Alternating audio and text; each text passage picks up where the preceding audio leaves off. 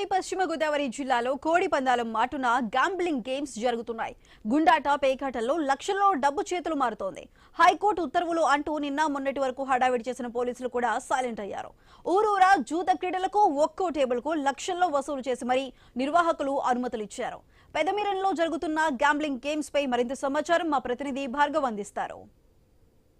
సంక్రాంతి సాంప్రదాయం మాటున కోడి పందాలు తరతరాలుగా వస్తున్నాయి అనేటువంటి సాకుతో నిర్వహిస్తున్నటువంటి కోడి పందాల వద్ద గ్యాంబ్లింగ్ గేమ్స్ పెద్ద ఎత్తున కూడా జరుగుతున్నాయి. చూస్తున్నాం మనం ఉండి నియోజకవర్గం డిప్యూటీ స్పీకర్ త్రిబుల్ ప్రాతినిధ్యం వహిస్తున్నటువంటి ఉండి నియోజకవర్గం పెదామిరంలో స్వయంగా త్రిబుల్ ప్రారంభించినటువంటి సాంప్రదాయ కోడి పందాల శిబిరం వద్ద ఇప్పుడు మనం ఉన్నాం.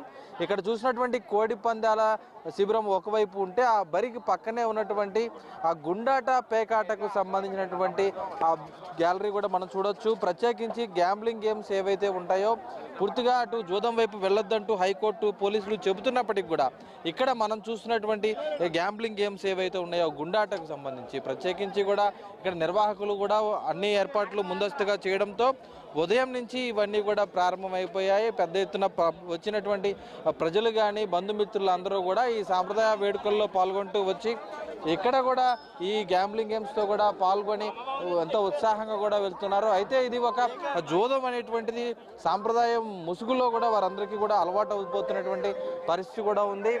వేలాది మంది వచ్చి ఎగి మొత్తం అంతా ఇందులో పాల్గొనేందుకు మరి ఆతృతగా కూడా ఈ గేమ్స్లో పాల్గొనడం అయితే జరుగుతుంది. మనం చూస్తున్నటువంటి ఈ బోర్డు కూడా ఉంది గుండాటకు సంబంధించి.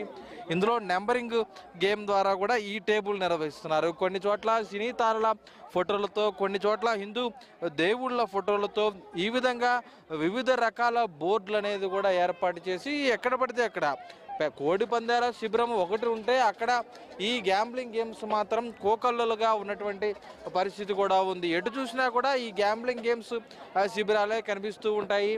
ఈ సంక్రాంతి సంబంధించినటువంటి గోదావరి జిల్లాలో అంటే ఒక గ్యాంబ్లింగ్ గేమ్స్కి నిలయంగా మార్చేస్తూ విష సంస్కృతిని ప్రజాప్రతినిధులే స్వయంగా వీటిని నిర్వహిస్తూ ఉండడం అనేది కూడా ఖచ్చితంగా ఎంతో బాధాకరమైనటువంటి అంశంగా కూడా చెప్పుకోవచ్చు. ఇందులో అంటే ఓవైపు సాంప్రదాయాన్ని మేము కాపాడుతున్నటువంటి ఒక ముసుగును ఈ గ్యాంబ్లింగ్ గేమ్స్కి సంబంధించి కూడా వారందరూ వేస్తూ నిర్వాహకులందరూ కూడా సొమ్ము చేసుకునేందుకే వీటిని ఏర్పాటు చేస్తున్నటువంటి పరిస్థితి మాత్రం ప్రస్తుతం కనిపిస్తుంది. ఇక్కడ ఒకచోటే ఉండి నియోజకవర్గంలోనే కాదు, భీమవరం, పాలకొల్లు, నరసాపురం ఈ విధంగా ప్రతి ప్రాంతంలో కూడా ఈ విధమైనటువంటి గ్యాంబ్లింగ్ గేమ్స్ విచ్చలవిడిగా పెరిగిపోయాయి. నిన్నటి వరకు అడపాదడపా దాడులు చేసి ఎటువంటి జూద క్రీడలు జరగనివ్వమంటూ కూడా పోలీసులు తూతుమంత్రంగా చర్యలు తీసుకున్నప్పటికీ కూడా ఈరోజు ఉదయం 10 గంటలకల్లా పోలీసులు ఎక్కడా కనిపించినటువంటి పరిస్థితి కూడా లేదు. వచ్చినటువంటి విఐపీలకు బందోబస్తు ఇచ్చేందుకు ఆ పోలీసులు డ్యూటీ చేస్తున్నారంటే ఇటువంటి జూద క్రీడలు ఏ మేర రాజ్యం వెళుతున్నాయి అనేది, నాయకులను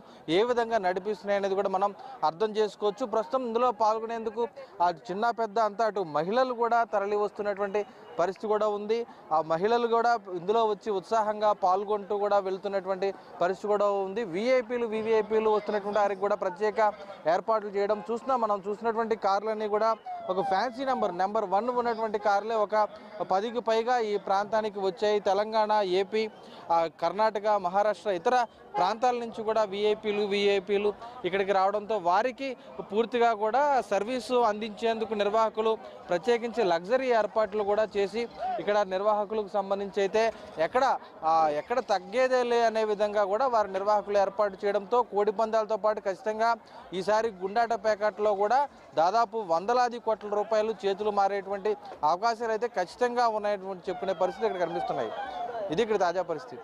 కెమెరా పర్సన్ చంటితో భార్గవ్, ఐ న్యూస్, పెదామిరం బరి నుంచి.